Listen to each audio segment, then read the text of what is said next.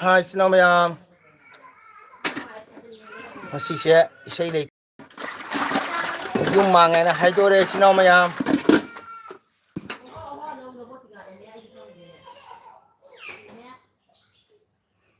Yung mga na hay dore. Ada phi cái sugi de xin chào mày. Xin chào mày, kamay tàu nó đi ghê, xin chào mày cô. Cái đâu nè. Tàu bây giờ để sụt bây giờ xin chào mày. Ha. Bangdan. Ada xin chào mày. Kui đi. Ngai wari utai chanasi.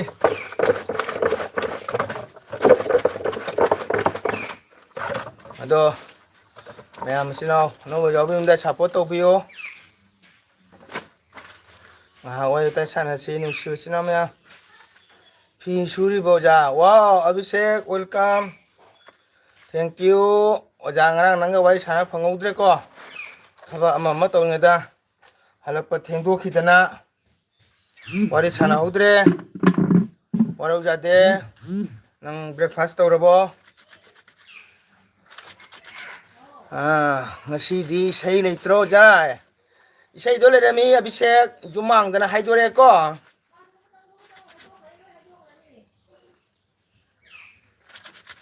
Jumang bade hay dore.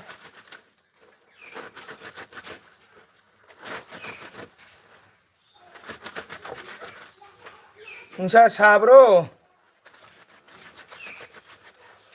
Oja kartal ama video photo थाबने उरे अदुमाने उरा जारो ये पूरा गने चलगा जेंखलगा हैगे दोमने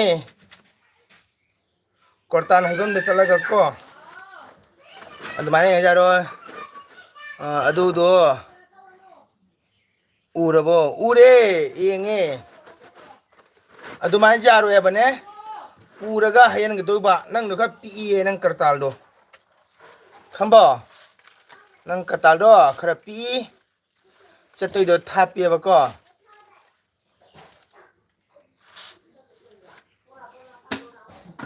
manipudai lawra ba haisya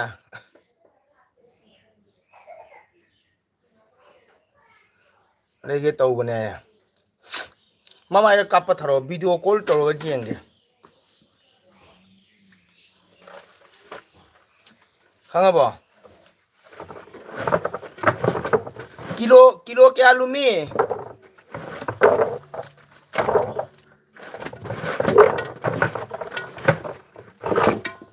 nang da kilo kya lunge Abhishek nang da kilo kya lunge video do odri bo ja ure ai bane kilo kya lunge ba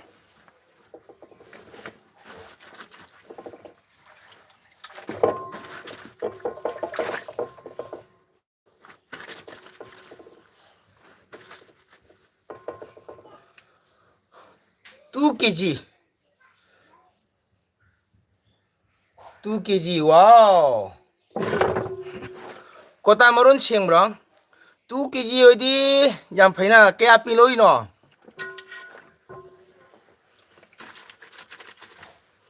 Kilo ni to kaya no.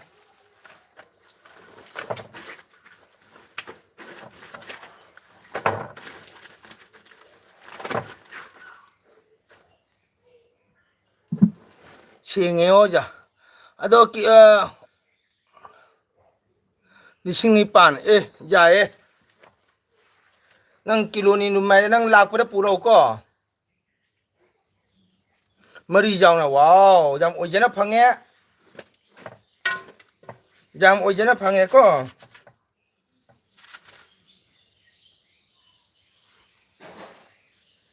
jam ojana phange lakpa da kartan do pulo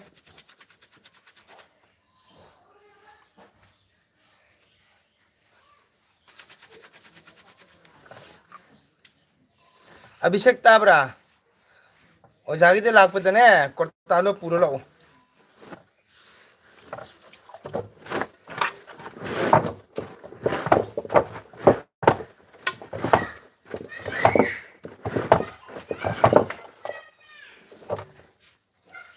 ꯃꯩꯗꯣ 1,000ꯃꯨꯛ ꯄꯤ ꯍꯥꯏꯌꯦ ꯆꯨꯝꯕ꯭ꯔꯣ ꯑꯣꯖꯥ ꯑꯣ ꯄꯤꯕꯅꯤ ꯍꯧꯖꯤꯛꯇꯤ 2,000 2,350 4,000ꯐꯥꯎ ꯌꯧꯔꯝꯅꯤ ꯍꯣꯏ ꯑꯣꯖꯥ ꯄꯨꯔꯛꯀꯦ ꯀꯣꯇꯥꯟ ꯃꯔꯤꯗꯣ 2,350 4가 ꯌꯧꯔꯝꯅꯤ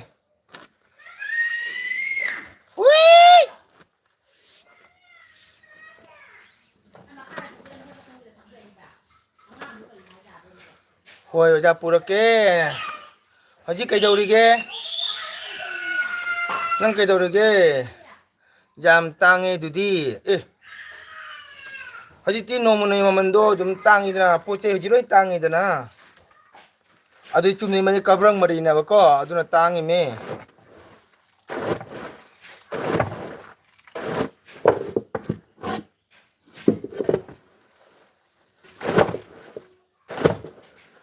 ꯀꯕ꯭ꯔꯪ ꯃꯔꯤꯗꯤ ꯇꯥꯡꯕꯅꯦꯕꯀꯣ ꯄꯄꯥꯗꯤ ꯃꯁꯥ ꯅꯥ ꯐꯔꯕ ꯀꯩꯝ ꯇꯧꯗ꯭ꯔꯕꯣ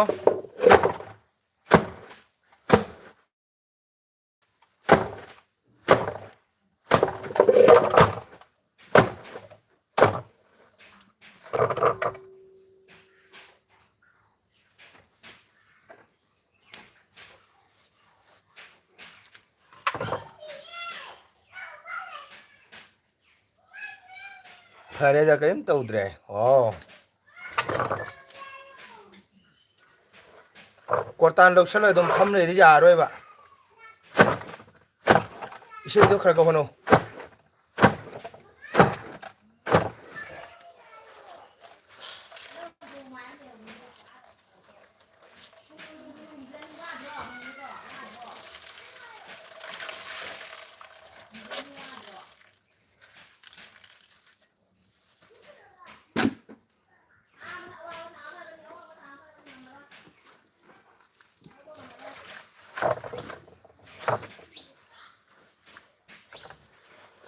ꯍꯣꯠꯅꯒꯦ ꯑꯣꯖꯥ ꯋꯥꯎ ꯍꯣꯠꯅꯧ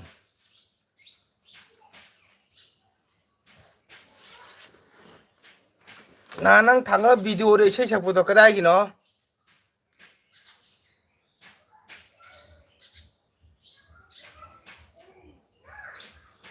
ꯍꯣꯏ ꯑꯗꯨꯅꯤ ꯍꯣꯠꯅꯕ ꯀꯟꯒꯅꯨ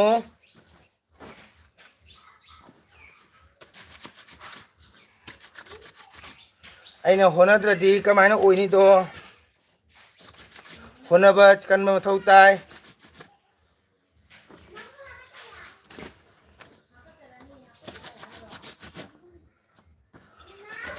ꯅꯍꯥꯟꯒꯤ ꯏꯁꯩ ꯁꯛꯄꯗꯣ ꯀꯗꯥꯏꯒꯤꯅꯣ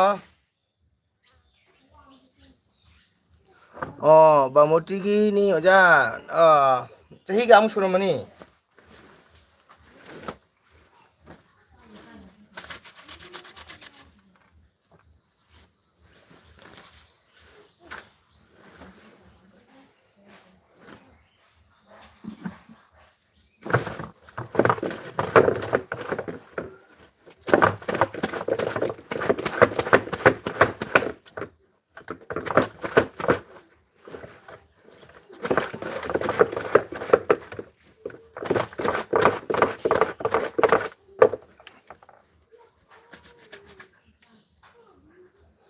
ꯑꯣ ꯆꯍꯤꯗꯤ 45 47 ꯅ ꯑꯣꯏꯔꯝꯅꯤ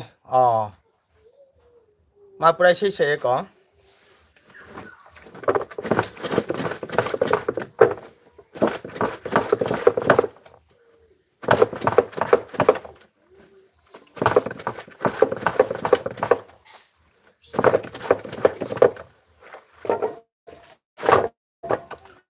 ꯄꯨꯡꯒꯦꯕꯗꯤ ꯕꯥꯃꯣꯟ ꯅꯠꯇ꯭ꯔꯣ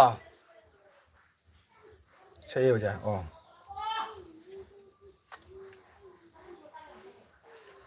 ꯄꯨꯡꯒꯦꯕꯗꯤ ꯕꯥꯃꯣꯟꯅꯤ ꯅꯠꯇ꯭ꯔꯥ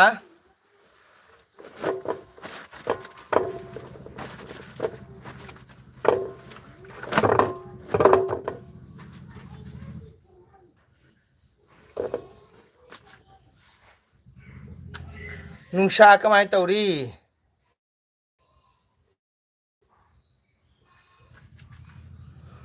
ꯑꯩꯈꯣꯏ ꯁꯤꯗ ꯃꯣꯏꯗꯣ ꯑꯗꯨꯝ ꯑꯐꯥꯎꯕ ꯍꯣꯏ ꯍꯣꯏ ꯍꯣꯏ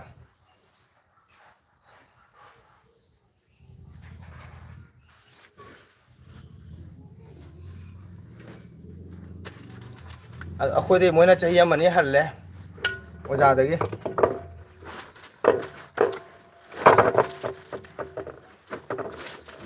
ꯀꯣ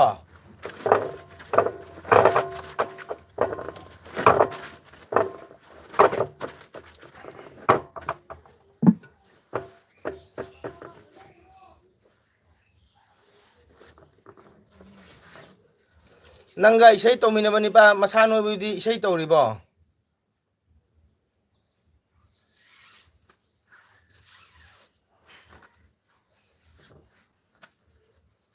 अभिषेक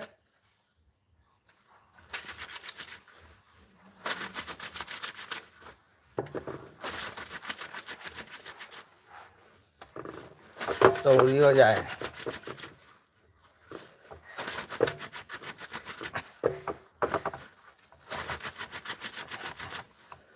ꯅꯣꯏ ꯏꯁꯩ ꯁꯛꯄ ꯑꯣꯖꯥꯗꯤ ꯀꯜꯂꯤꯕ ꯀꯁꯥꯔꯒꯤ ꯑꯣꯖꯥꯅ ꯍꯪꯉꯤ ꯍꯥꯏꯌꯨꯀꯣ ꯎꯅꯕ ꯃꯇꯝꯗ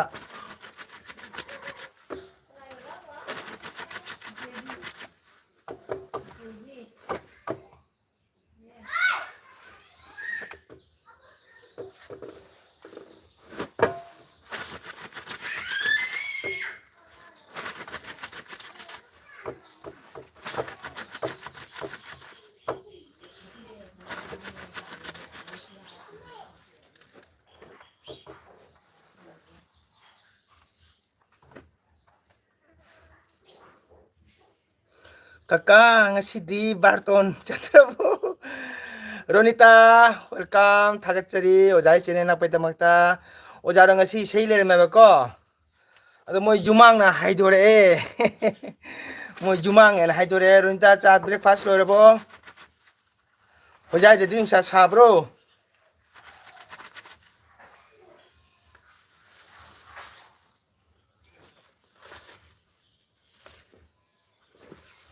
오자이 de nongcha sabro Hoi, oja hai ge, hai, thank you. Ronita like toromo. Ronita nusa sabro.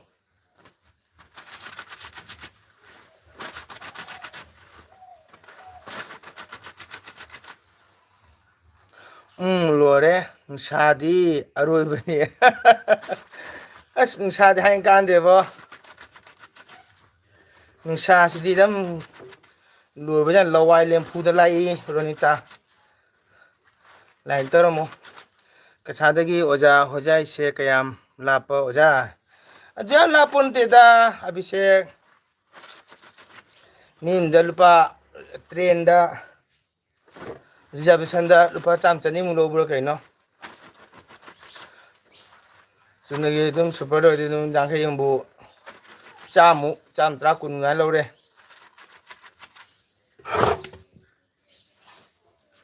Ronita kerinyang thong ni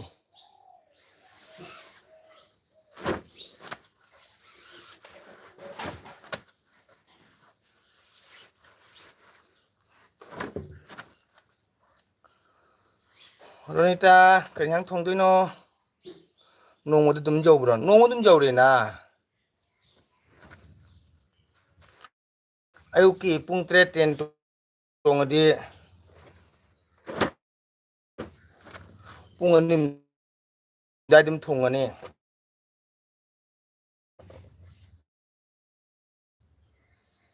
Hawaii thongi kakai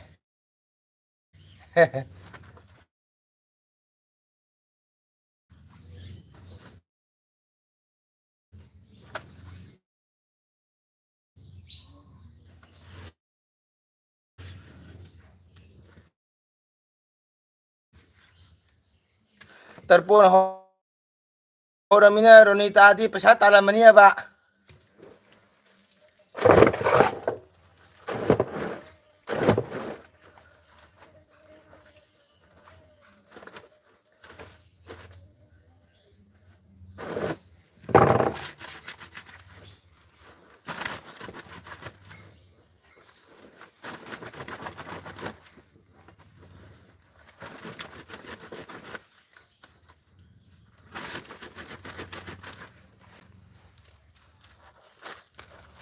ama saubri thongo ko kaka hogi di akhoi thongdri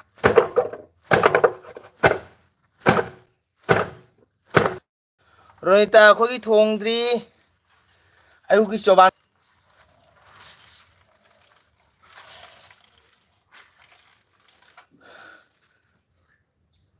ngasi tama hꯧꯔꯦ ꯑꯗꯣ ngasi ꯆꯠꯇ꯭ꯔꯕ ꯍꯥꯏꯕ ꯅꯪꯒꯤ ꯑꯩꯒꯥꯅꯒ ꯄꯨꯕꯤꯗ꯭ꯔꯣ ꯆꯥꯛ ꯊꯣꯡꯕ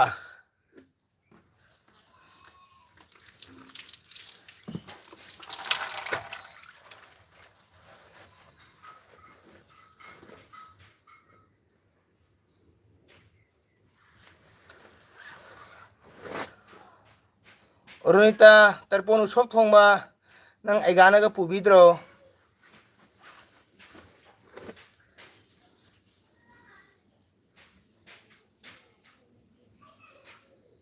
ꯆꯠꯅꯤꯡꯗꯦꯗꯥꯏ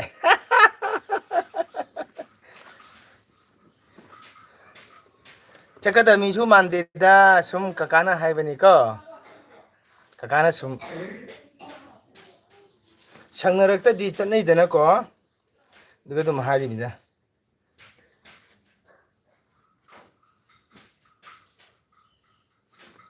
ꯁꯪꯅꯔꯛꯇꯕ ꯌꯥꯎꯗꯤ ꯆꯠꯅꯩꯗꯅꯀꯣ ꯅꯣꯏ ꯑꯩꯒꯥꯒꯤ ꯃꯇꯦꯡ ꯇꯧꯕ ꯃꯥꯕꯨꯗꯤ ꯆꯠꯂꯤ ꯍꯥꯏ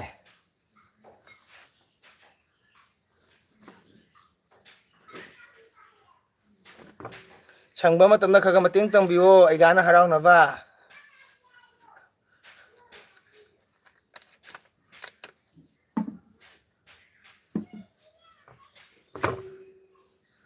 ꯔꯣꯅꯤꯇꯥ ꯇꯥꯕ꯭ꯔꯣ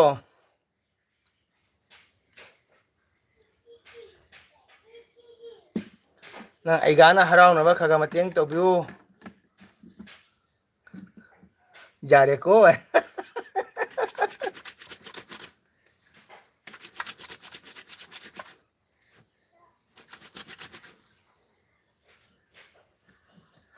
ꯅꯪꯅ ꯈꯔ ꯃꯇꯦꯡ ꯇꯧꯕꯤꯔꯗꯤ ꯅꯪꯒꯤ ꯑꯩꯒꯥꯅ ꯐꯤꯔꯣꯟꯁꯨ ꯂꯩꯕꯤꯔꯅꯤ ꯅꯪꯅ ꯍꯥꯏꯗ꯭ꯔꯕꯤꯗ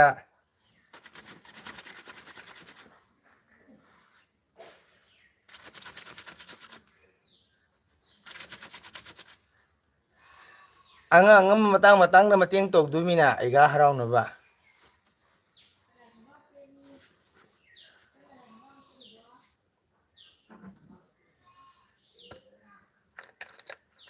ꯅꯣꯏ ꯑꯩꯒꯥꯗꯣ ꯐꯔꯝꯒꯅꯤ ꯎꯕꯗ ꯈꯪꯉꯤ ꯐꯕ ꯃꯤ ꯃꯥꯜꯂꯦ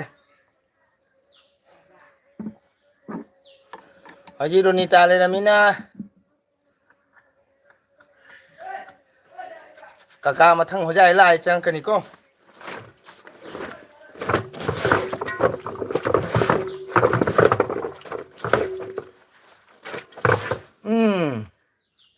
ꯃꯇꯝ ꯂꯥꯛꯀꯅꯤ ꯍꯥꯏ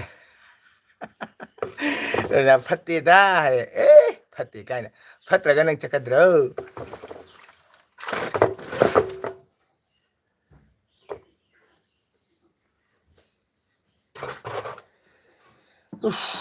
ꯋꯥꯏ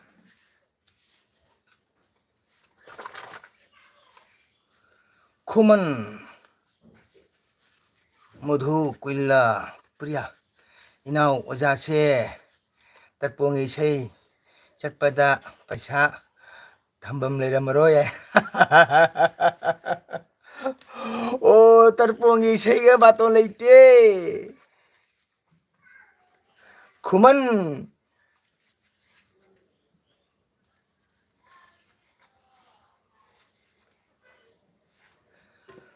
ꯈꯨꯃꯟ ꯏꯇꯦꯃ ꯄꯤꯔꯥ ꯇꯔꯄꯣꯡꯒꯤ ꯏꯁꯩ ꯕꯥꯇꯣꯟ ꯂꯩꯇꯦ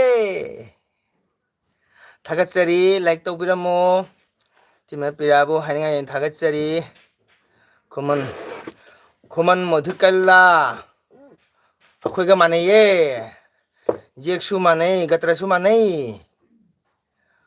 ꯑꯣꯝ ꯃꯙꯨꯀꯂ ꯒꯩꯇ꯭ꯔꯩ ꯃꯙꯨꯀꯩꯜꯂꯥ ꯒꯇ꯭ꯔꯥ ꯑꯃꯨꯛ ꯀꯔꯝꯕ ꯃꯇꯝꯗ ꯍꯣꯖꯥꯏ ꯂꯥꯛꯇꯣꯏꯅꯣ ꯀꯀꯥ ꯏꯁꯩ ꯕꯥꯇꯣꯟ ꯂꯥꯛꯑꯒꯅꯤꯗꯅ ꯂꯥꯛꯀꯗꯣꯏꯗꯣ ꯑꯗꯨ ꯅꯪ ꯍꯥꯟꯅ ꯏꯁꯩ ꯑꯃ ꯍꯥꯏꯔꯛꯑꯣ ꯑꯩ ꯂꯥꯛꯀꯦ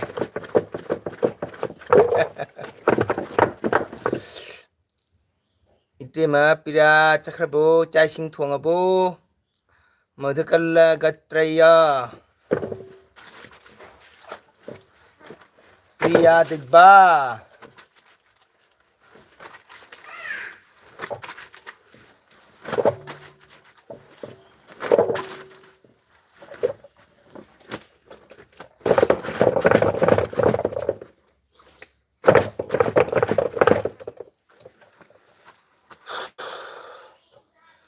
이때마 삐라 토크라보 이때마 삐라 토크라보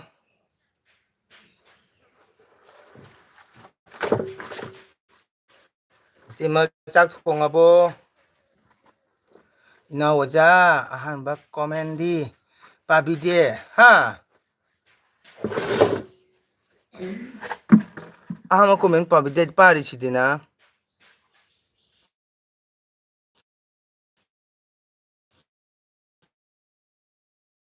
까이드노 엄청 징저게 오오오 소리 에비시 장비라 빠 자가드로 자이나오 해 웰거 오자이나오 아한마 코멘디 빠 하이질로 하이러 때 야무 누가네 수리 이나오 레저리에 오자이나오 해 오자가 하이러 그런 데이테마 숨 이나오 하이러 이때마 깨일랑이노 아코이가 마나예 고타수 마나예 젝수 마나레 이때마 삐라 깨일랑이노 또 하이비우바 빠이드디 빠라미 오자 찐술랩대 구술랩대 야만웅아의 소리 이나오 레이제리에 오자 이나오 몽골라이나 숨거비우다 이때마 그만 깨일랑기노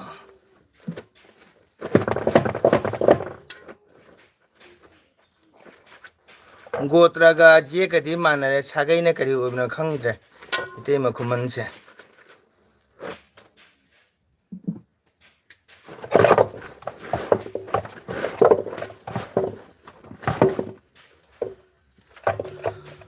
하이야 따망골 라이단 촉세드리에 이나오기 엘비 정제게 nga이제리오자 해 땡큐 아도 이때만 그리랑 기름도 하비오 이제 고트라데 만나래 그리 사게노 날마다 땡큐 짜싱 통합으로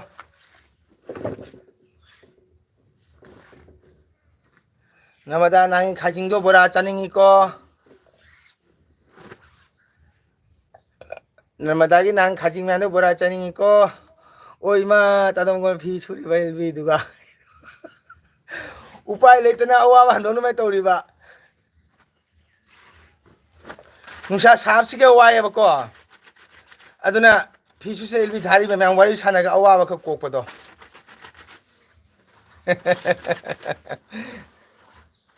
낭이는 가징도 보라 짜닝이에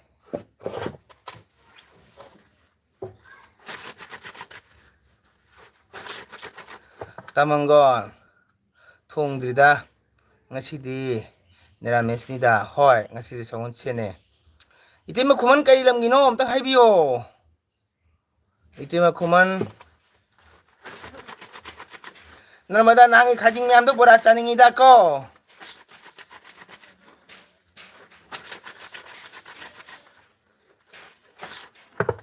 이나오 아이 잇 콜라기니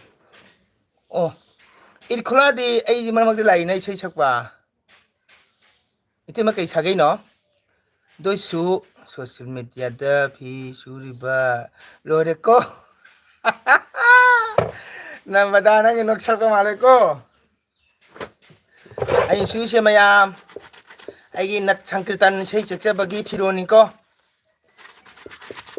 ngasi 세이세 주망 하이드록바 날마다코 아두가 좀 수독번이야 팜팜나 타복들이 담이나 그동니 남마다 나 까이라바네 아두디 it콜라기 오타디 이때만 우렁거니까 좀마도 락보 우렁거니 쳐쳐봐 우비라브라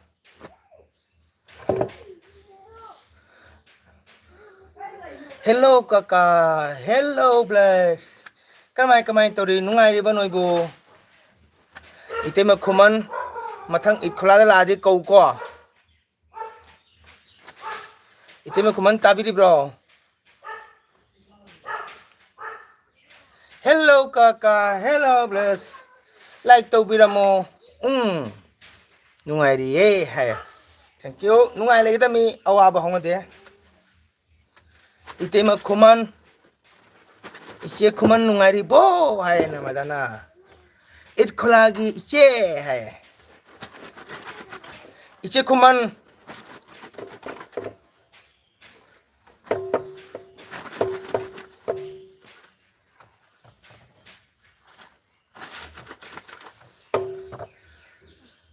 khoi iche khuman je ming ondo khraba karina wow te mana ভালো হে ওজা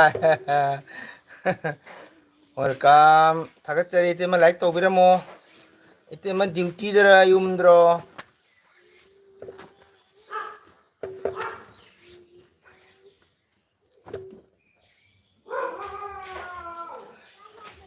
नर्मदा इचे खुमन से करम खुमन नो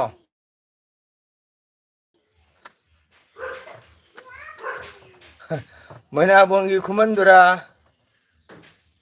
नतगना इत खुलागे असेंबा ओरिब्रा गैमेन ताद्रेदा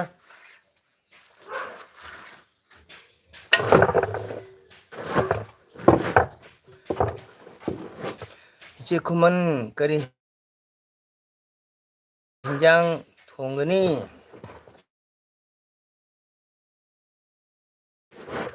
नर्मदा 줌드니 오자 짝퉁어 보이더만 이제 그만 세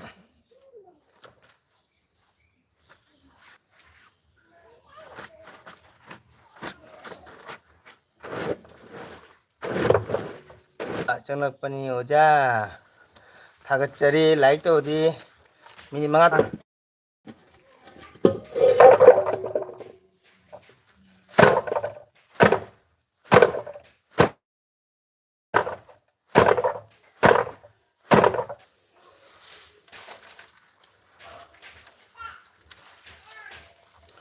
이제 그만 아이디 하우지 하와자 통네 이씨 너희들아 너다 이디에 만 사숙 사업시가 오자 아이코이 솜다 라디 쨍오고 아야 아코이 솜다 라디 쨍오고 쨍하게 짜로로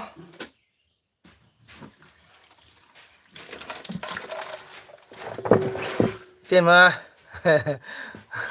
उन्होंने बोझा खोई सोमदा लादी चंगलो को आई चंग के चालुम बिरमो लाइक तो बनी ना थोक लगे ओजा मिनी ने बिरमो करिनो करी नाम थोंग दोइनो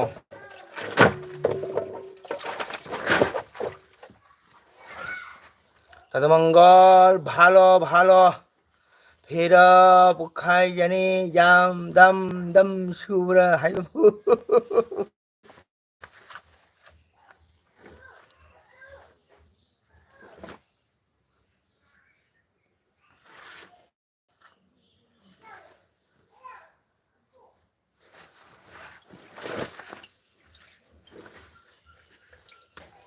नर्मदा तातो मंगोंदी दुर्गा पूजा फिरोन लोरे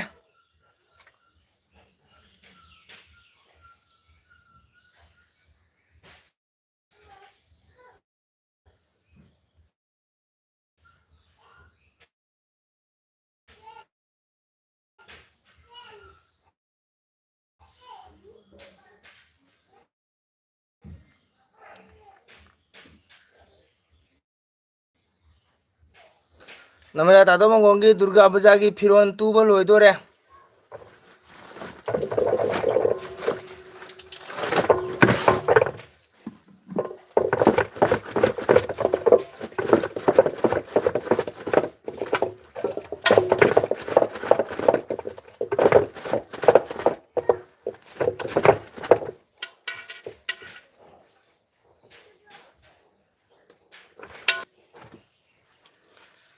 사버시가 이나하고 저희 아무튼 따닝에 짝수 통제게 빙피나 오피스 바 이나오니빠나 짝 통바 ꯑꯃꯨꯛꯇ ꯁꯛꯄꯤꯔꯛꯑꯣ ꯏꯅꯥꯎ ꯑꯣ 이마 ꯋꯥꯔꯤꯃꯛꯇꯤ ꯄꯣꯈꯥꯏꯔꯦꯍꯦ ꯁꯩꯇ ꯑꯣꯖꯥ ꯑꯩꯁꯨ ꯐꯤ ꯈꯔ ꯊꯥꯗꯣꯛꯎꯔꯨꯒꯦ ꯆꯠꯂꯒꯦ ꯚꯥꯏ ꯑꯣꯀꯦ ꯕꯥꯏ ꯕꯥꯏ ꯅꯃꯗꯥ ꯁꯥꯕꯁꯤꯒ ꯍꯋꯥꯏꯖꯥꯔ ꯊꯣꯡꯗꯣꯔꯤꯕ ꯍꯥꯏ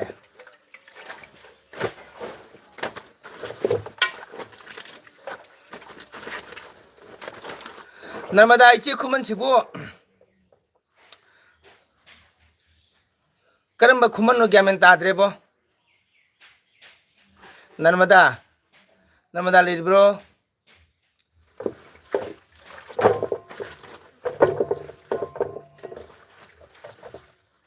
ꯕꯦꯟꯙꯧ ꯈꯨꯃꯜꯂ ꯅꯠꯇ꯭ꯔꯒꯅ ꯆꯨꯝꯅꯒꯤ ꯏꯈꯨꯜꯂꯥꯒꯤ ꯈꯨꯃꯜꯂ ꯒ꯭ꯌꯥꯟ ꯃꯦꯟ ꯇꯥꯗ꯭ꯔꯦ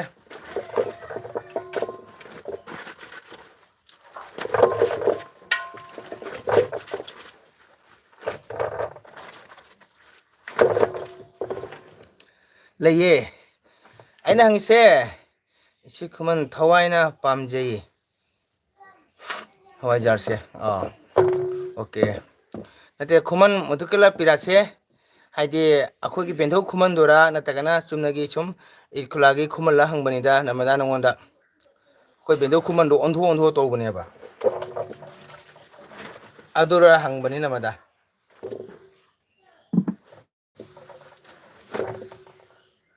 ꯏꯅꯥꯎ ꯏꯕꯨꯡꯉꯣ ꯅꯨꯡꯁꯤꯕ ꯅꯅꯥꯏ ꯅꯇꯩꯃꯗꯤ ꯑꯁꯦꯡꯕ ꯏꯔꯈꯨꯂꯥꯒꯤꯅꯤ ꯑꯣꯖꯥ ꯏꯅꯥꯎ ꯍꯥꯏ ꯑꯣꯀꯦ ꯀꯀꯥ ꯔꯤꯄ꯭ꯂꯥꯏꯒ ꯄꯤꯔꯛꯇꯦ ꯍꯥ ꯅꯪ ꯀꯣꯃꯦꯟ ꯆꯠꯈ꯭ꯔꯕ ꯅꯪꯕꯣ ꯇꯥꯍꯧꯗ꯭ꯔꯦꯅꯦ ꯁꯅꯥ ꯁꯔꯃ ꯁꯥꯎꯅꯨꯕꯣ ꯀꯀꯥ ꯐꯤ ꯁꯨꯅ ꯇꯥꯍꯧꯗ꯭ꯔꯦ ꯑꯩꯒꯤ ꯏꯆꯟ ꯅꯨꯡꯁꯤꯕꯤ ꯀꯣꯃꯦꯟꯗꯣ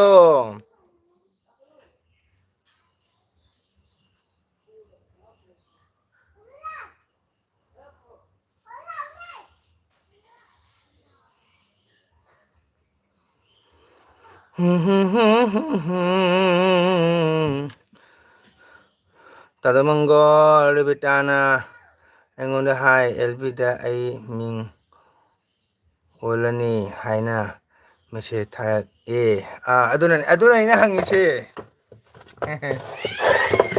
ꯑꯗꯨꯅꯅꯦ ꯑꯩꯅ ꯅꯉꯣꯟꯗ ꯍꯪꯉꯤꯁꯦ ꯃꯁꯤ ꯁꯥꯏꯌꯣꯅꯣꯃꯤ ꯄꯥꯟꯊꯣꯏꯕꯤ ꯑꯣꯟꯗꯣꯔꯦꯕꯣ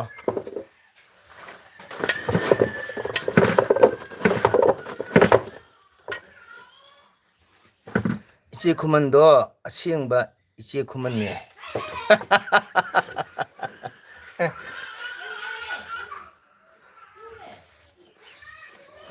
ꯑꯗꯨꯅꯤ ꯃꯁꯤ ꯃꯤꯁꯦꯕꯣ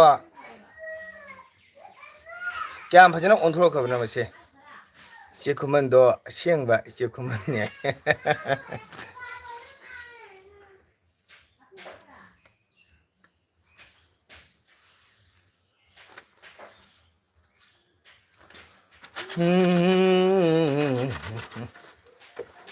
ꯃꯌꯥꯝ ꯉꯁꯤꯗꯤ ꯏꯆꯤꯜ ꯏꯅꯥꯎ ꯂꯣꯏꯅ ꯄ꯭ꯔꯣꯒ꯭ꯔꯥꯝ ꯏꯁꯩ ꯆꯠꯅꯈꯤ ꯑꯩꯈꯣꯏꯇ ꯉꯥꯏꯔꯦ ꯉꯁꯤꯁꯦ ꯌꯨꯝꯃꯥꯡꯅ ꯍꯥꯏꯗꯣꯔꯛꯄꯗꯒꯤ ꯆꯠꯄ ꯐꯪꯗ꯭ꯔꯦ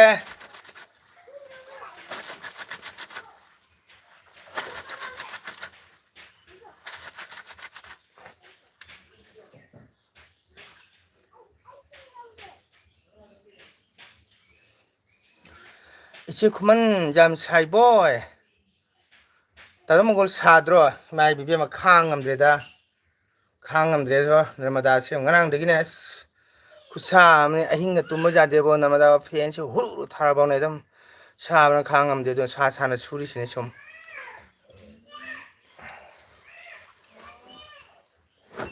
ꯈꯪꯍꯟ ꯅꯣꯡꯅꯤ ꯌꯥꯝ ꯁꯥꯅꯤ ꯍꯥꯏꯕꯅꯦꯕ ꯅꯨꯡꯁꯥ ꯃꯌꯥꯛ ꯌꯥꯝ ꯀꯜꯂꯦꯅ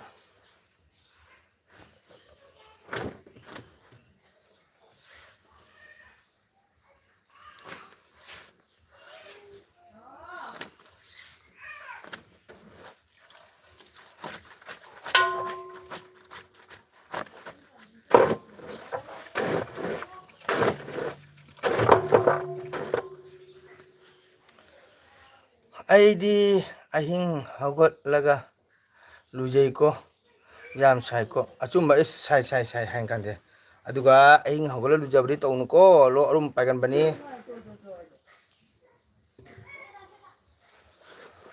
लो अरुम पाइगन बनी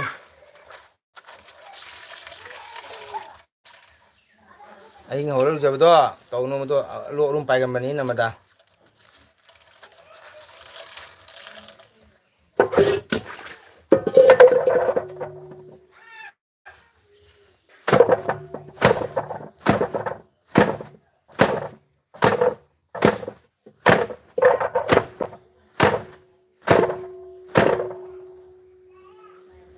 ichi kuman lao ne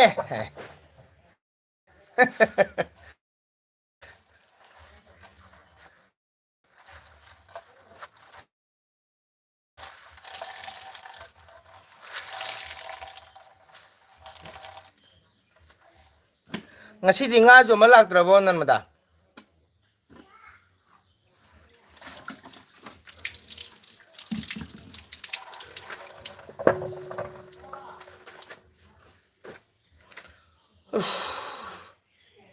oi ma ising nang pilo tung na hapo ichi kuman lao kaka sao sao ro bye bye su ro bye bye chắc thùng rồi kìa Ronita chắc thùng rồi kìa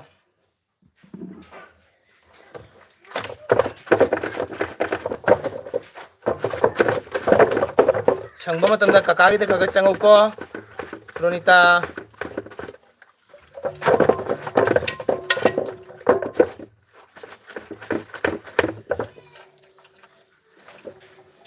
hay thank you Romita cho thabo suro kana kuina be ma hawdagi leijak pani aigi nu sirabi chan Romita Sharma naik tana leibuko naik tana pusi sangna 이sorgi seba phangboyo naik traga nomai pabunggi phiroida unasi ko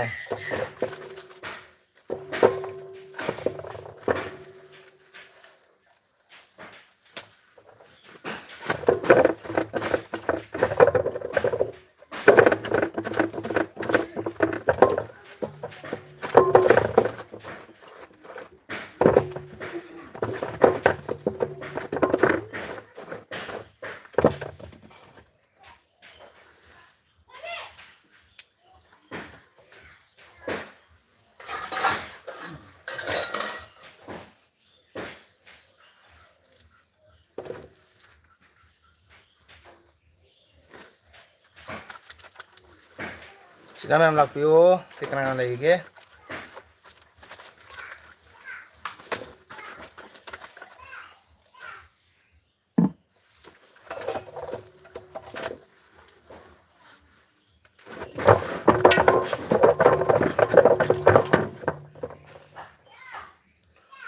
어이야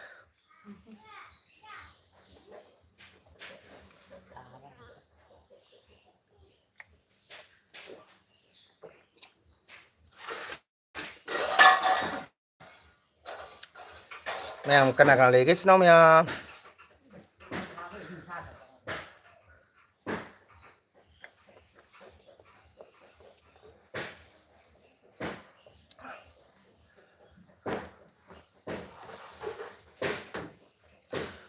mèo lấy đi bố chiếc không ăn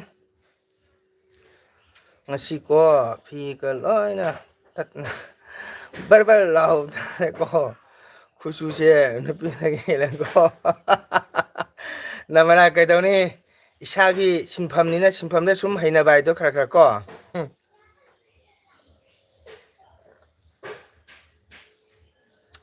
이샤기 심판이나 그럴 좀 해나 봐도니.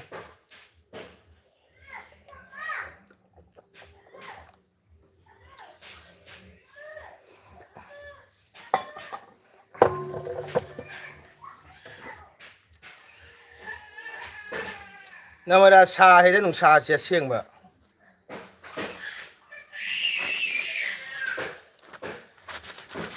구사 뭐 짜대 농사지. nga 좀 뭐 라에다 lâu lupa mambi leida festa lupa biết thong amo ta muốn laगे 가면치가 파잖아 통어모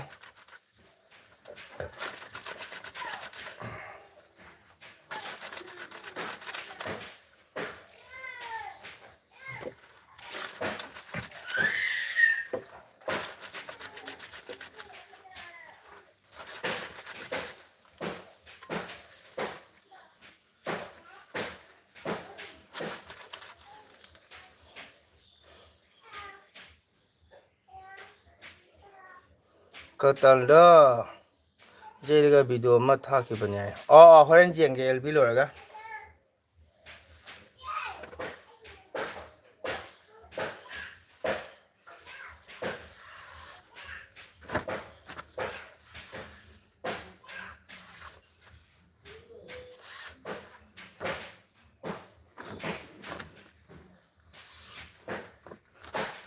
호이 오자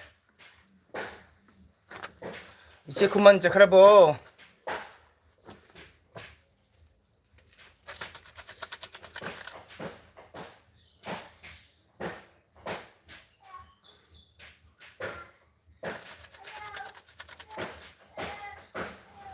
cái nó hết nó mẹ nó xa xí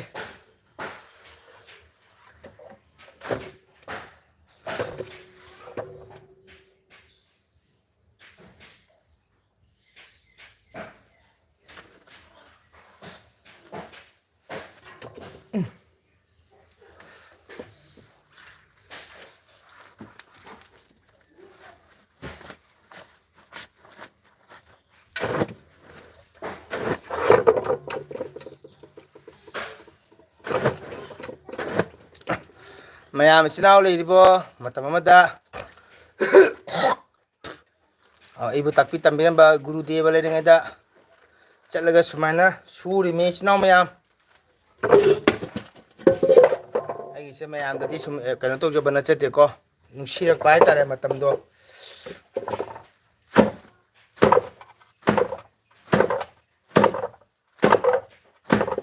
aduna ojagi jum sera ojagi phajom subirimi Puri Pajon Press Sabirimni Aduna Tilegidre, Yamnusi, Kalubada Aduna Ojana, Sibiram Badagin do Yokonamu, Haita Itana Nam Kagasonjerise, Ojasing it Hojan Dani voice Namiam, Tonge, Hang de Lao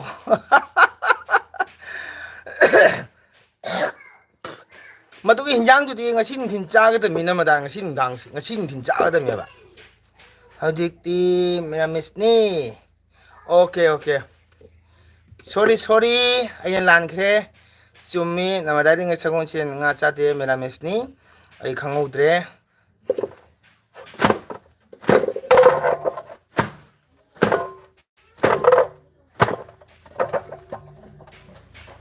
Undang do laro ita namada tapani na ayang program liban na.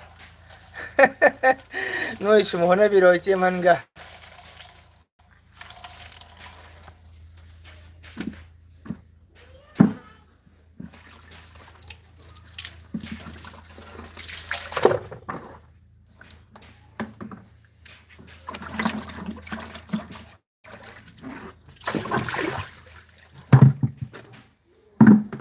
Foto sulle Andre ne to bise nera mesu habonida phajana thongadi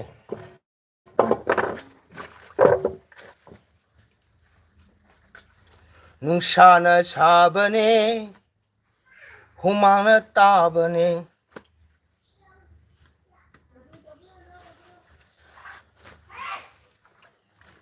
hakchangna wabane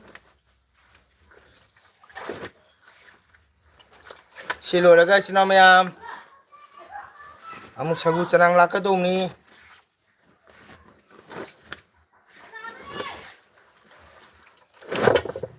Apogi awab su hujika hujika le sabi sina Isay sa pung jay bada mayum paning de hay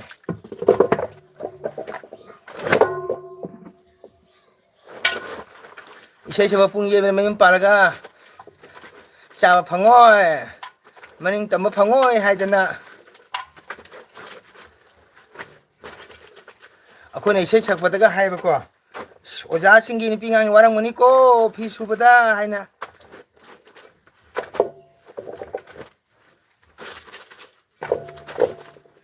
ꯍꯥꯏꯔꯤꯕꯀꯣ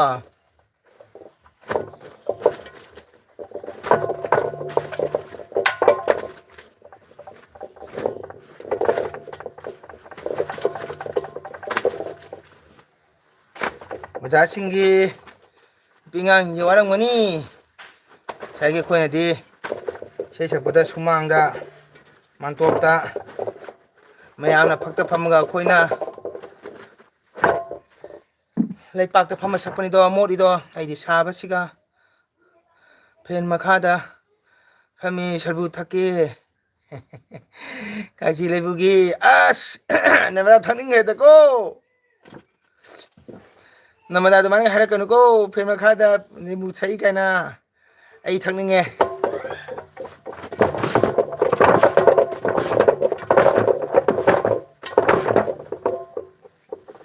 ꯏꯆꯦ ꯈꯨꯃꯟꯗꯣ ꯃꯆꯥ ꯃꯁꯨ ꯃꯀꯨ ꯃꯅꯦꯝ ꯌꯥꯝꯕꯅꯤꯅ ꯊꯕꯛ ꯀꯜꯂꯝꯒꯅꯤ ꯑꯗꯨꯅ ꯆꯪꯉꯛꯇ꯭ꯔꯦ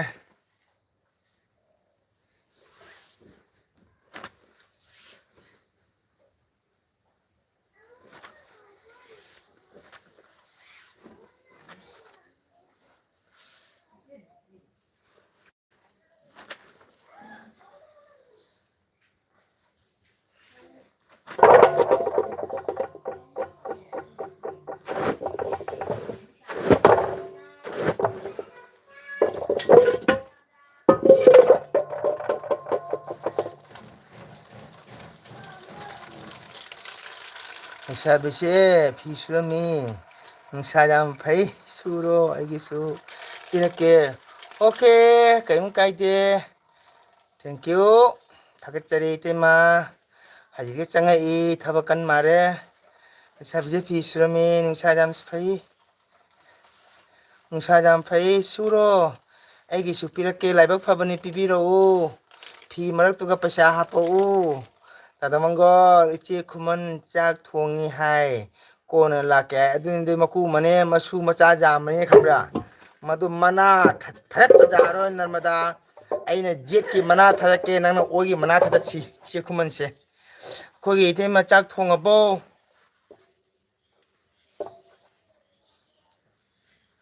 ꯅꯔꯃꯗꯥ ꯐꯤ ꯁꯨꯕ ꯋꯥꯕꯗꯨꯒ ꯁꯨꯝ ꯑꯋꯥꯕ ꯄꯣꯊꯣꯛꯀꯦ ꯍꯥꯏꯅꯀꯣ ꯑꯗꯨꯝ ꯑꯦꯜꯕꯤ ꯊꯥꯕꯅꯤꯀꯣ ꯅꯣꯛꯅꯕ ꯌꯥꯗꯦ ꯍꯥꯏꯗꯤ ꯑꯁꯨꯃꯥꯏꯅ ꯃꯌꯥꯝ ꯋꯥꯔꯤ ꯁꯨꯔꯒ ꯑꯋꯥ ꯑꯅꯥ ꯄꯨꯝꯅꯃꯛ ꯀꯥꯎꯋꯦ ꯀꯣ ꯑꯗꯨꯅ ꯁꯨꯝ ꯋꯥꯔꯤ ꯁꯨꯕꯅꯤ ꯅꯣꯛꯅꯅꯨꯀꯣ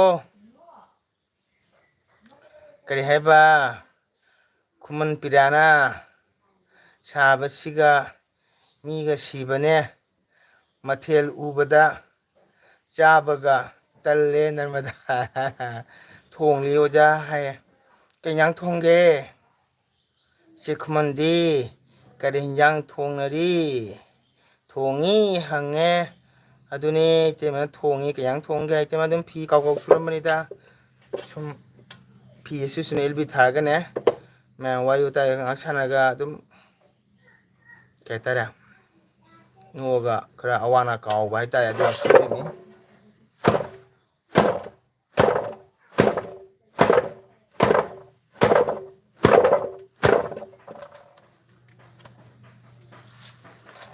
ꯎꯄꯥꯏ ꯂꯩ ꯃꯦꯔꯥꯃꯦꯁ ꯍꯋꯥꯏ ꯊꯣꯡꯕ ꯃꯦꯔꯥꯃꯦꯁꯃꯨꯛ ꯍꯥꯎꯕ ꯂꯩꯇꯦ ꯏꯆꯤꯟꯅꯥꯎ ꯑꯩꯗꯤ ꯆꯍꯤ 2-3 ꯀꯔꯤꯝ ꯆꯥꯔꯝꯗꯦ ꯉꯥ ꯆꯥꯛꯀ ꯅꯔꯃꯗꯥꯒꯤ ꯀꯥꯖꯤ ꯂꯩꯕꯨꯒꯤ ꯁꯔꯕꯨ ꯊꯛꯅꯤꯡꯉꯦ ꯑꯣ ꯏꯃꯥꯏ ꯄꯦꯝꯃ ꯁꯤꯔꯦꯗ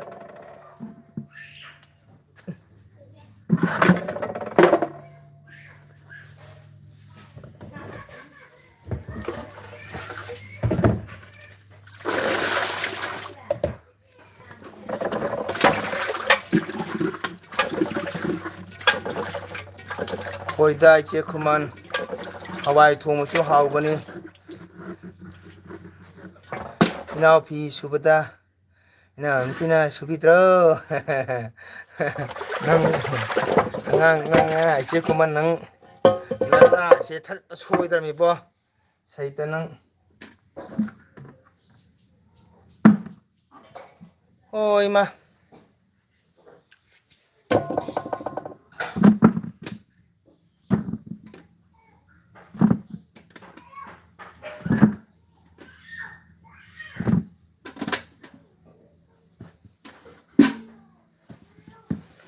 ꯍꯣꯏꯗ 이제 그만 하와이 통무수 하오버니 ꯑꯩꯈꯣꯏ ꯏꯇꯩꯃ ꯆꯥꯛ ꯊꯣꯡꯉꯤ ꯀꯔꯤ ꯏꯟꯖꯥꯡ ꯊꯣꯡꯉꯦ ꯈꯨꯝꯕꯤꯔꯝꯗ꯭ꯔꯦ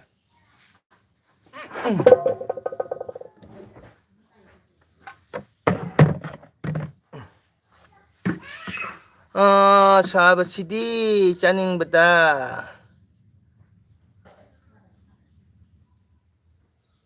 ꯁꯥꯕꯁꯤꯒꯗꯤ ꯆꯥꯅꯤꯡꯗꯕ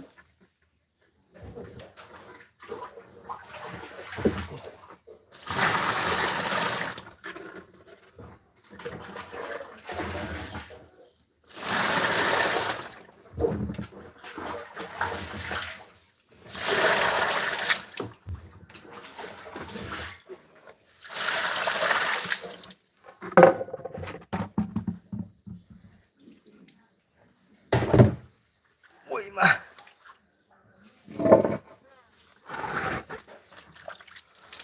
누빠 마자 박항니 시리더 제히 꾼멍아가 바람거니 와우 까마이나 시리너드보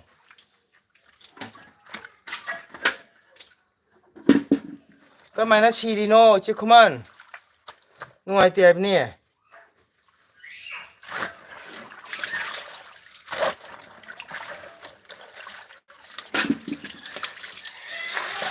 까마이나 시리노 누아이때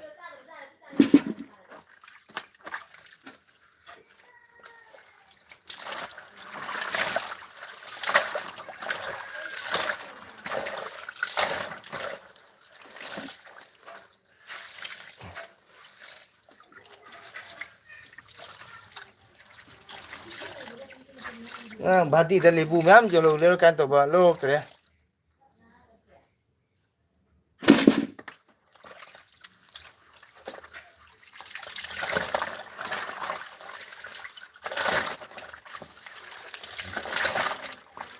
이제 그만 까마이나 시리노 너네 사내이러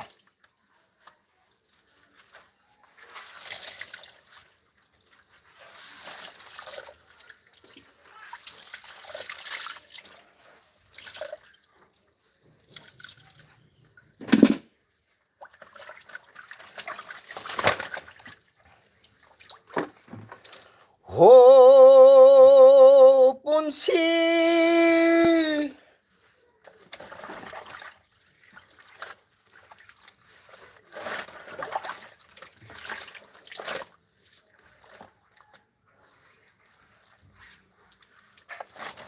까마이나 시리노 이제 그만 농아이때 니빠 마자이드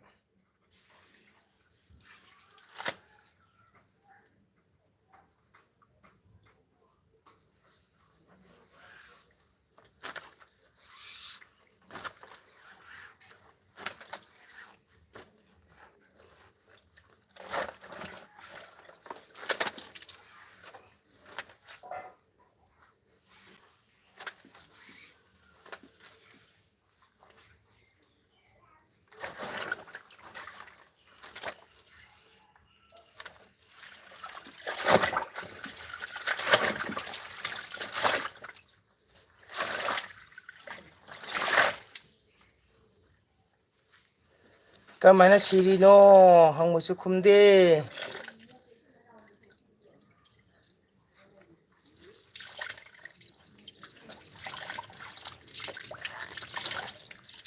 까리노 떠오리시나 하이바 드럭바 마파리 타가짜리 마파리보 여기 채널 정비력바 ngasi program letabduga ngahak som firon isai sapagi palagi phajom khara dum thadokpane like tobiramo kailamdagino agi channel si changbiragui tamo thagachari tadamongol iche khuman bai oirage okay bai oido mina hangamidudi khumba taidana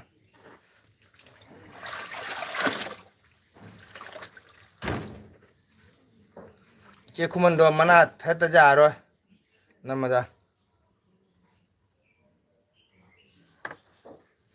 mana thakata jaro by all my family members okay 오케이, 바이바이.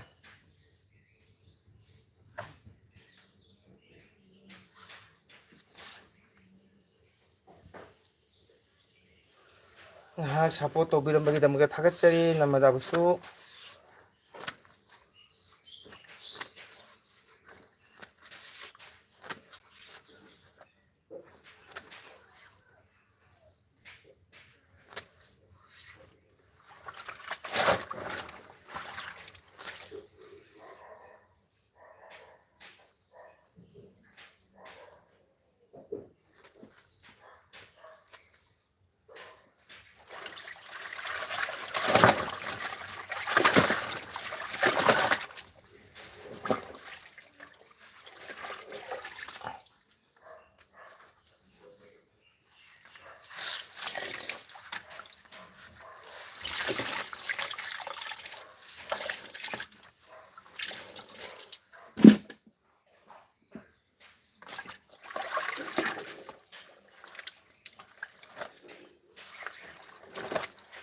Mayam kena lagi.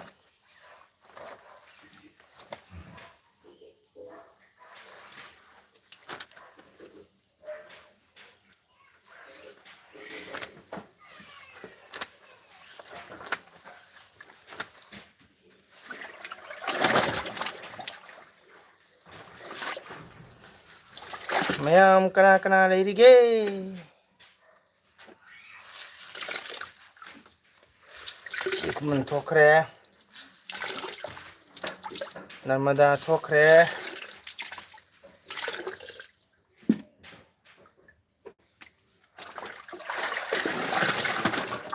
어때 이시나오 그랑 레게 사포토 비라모.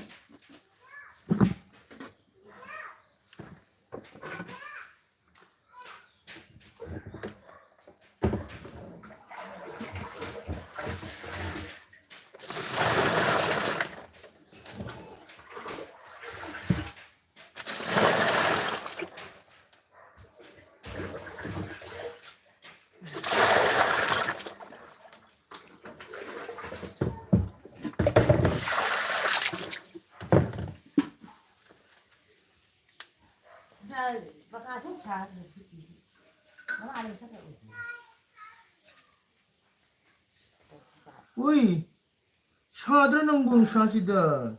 Hani, şadırın.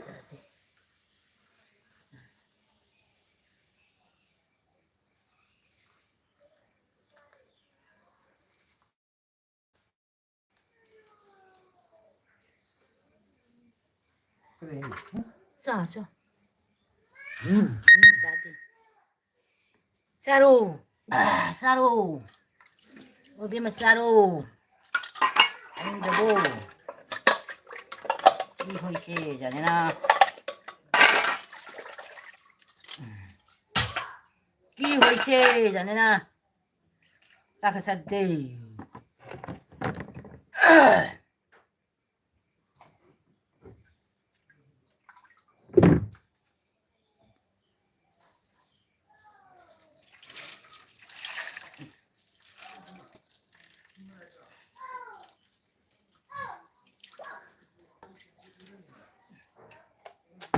Đi hồi xe giờ này nào.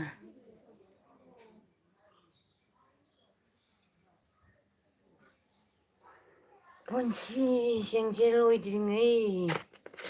생제 로이드링 에이. ꯂꯥꯜꯂꯕ꯭ꯔꯥ ꯀꯔꯤ ꯍꯥꯏꯔꯕ꯭ꯔꯥ ꯈꯪꯗꯔꯦ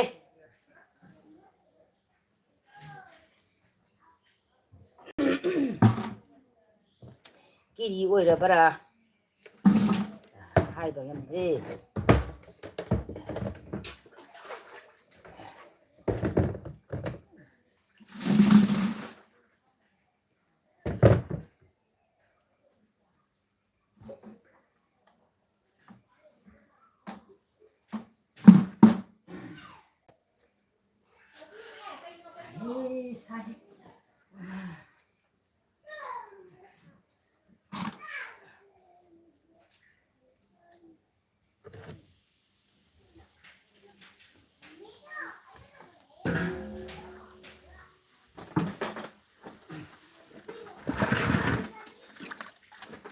Sino kana leirige loi ko kamara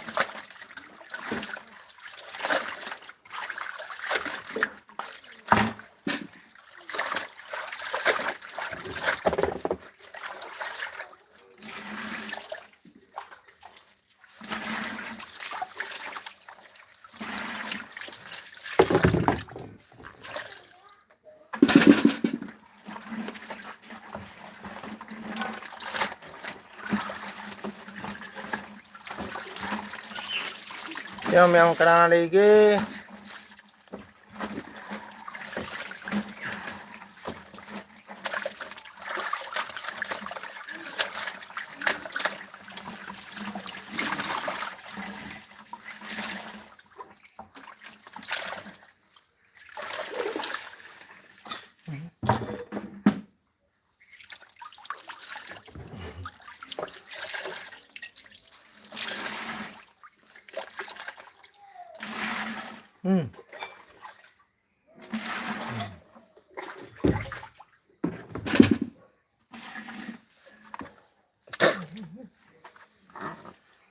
mayam loi thokrabo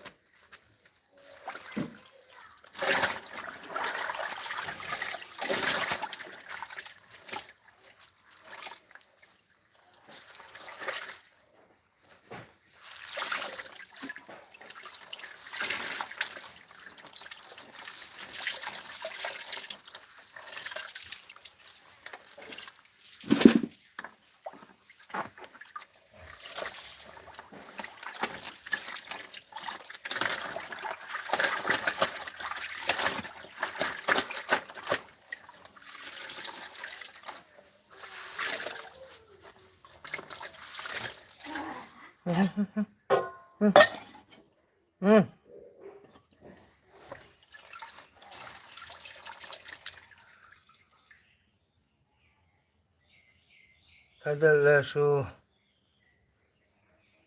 kana rohe sana sijade ina muang siba o sana do loge na thadake hajaba na chade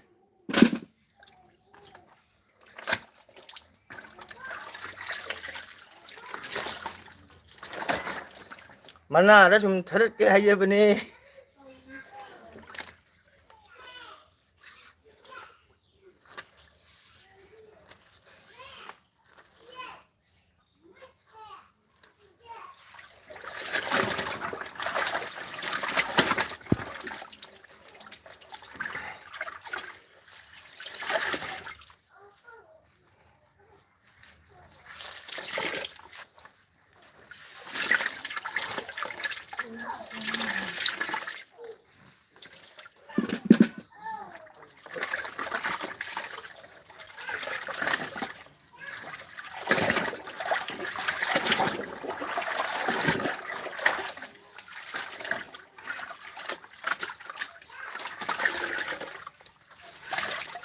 kanyang thongge chi khuman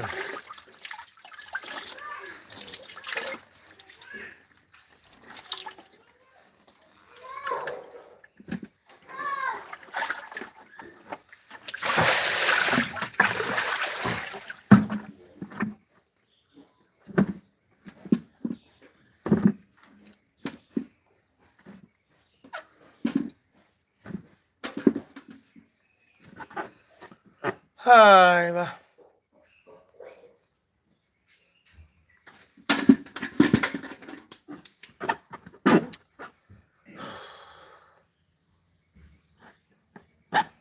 피슈브 로이드리 보자. 로이드리 에비색. 로이드리.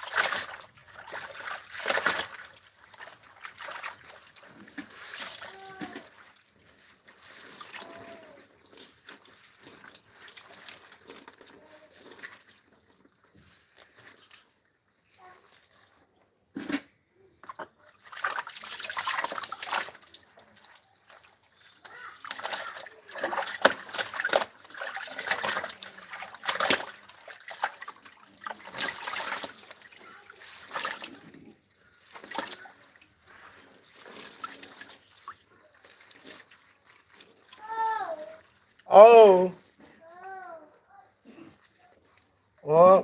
무뚜. 무뚜. 무뚜 레이트라. 하? kumdi 마. 무뚜.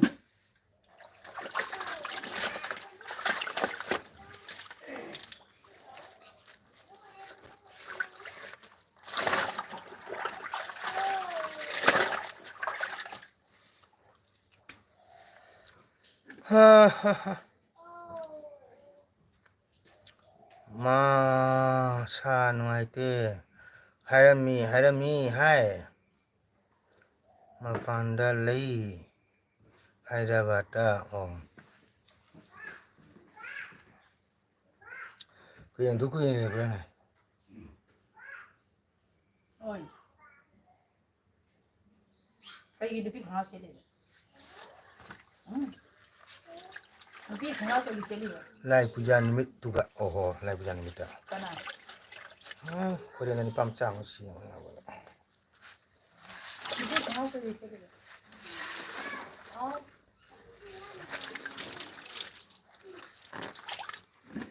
하이라미.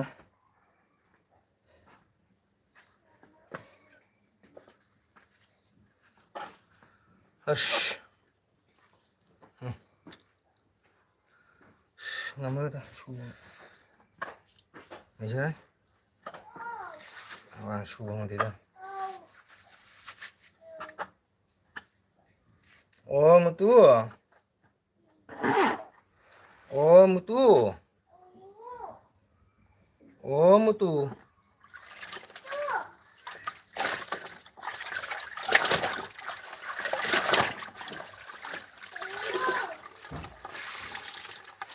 라이 부자들 비사가면 부자님이 떠라.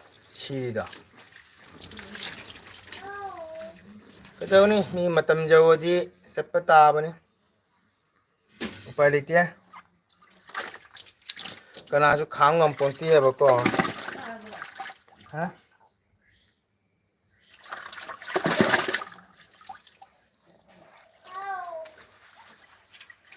응.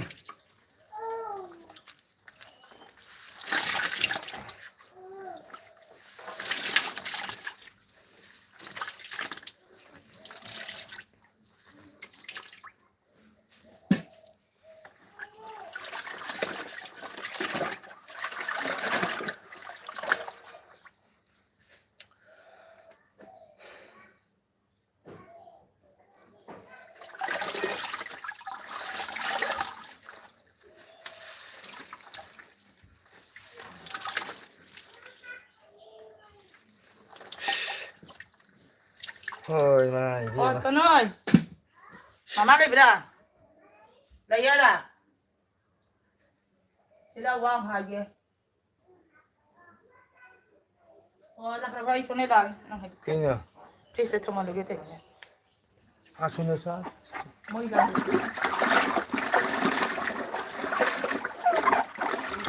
ꯍꯥꯏꯗꯣꯛꯀꯣ ꯆꯥ ꯌꯥꯔꯔꯣꯏ ꯀꯩꯁꯨ ꯇꯧꯗ꯭ꯔꯤꯌꯦ ꯖꯥꯔꯣ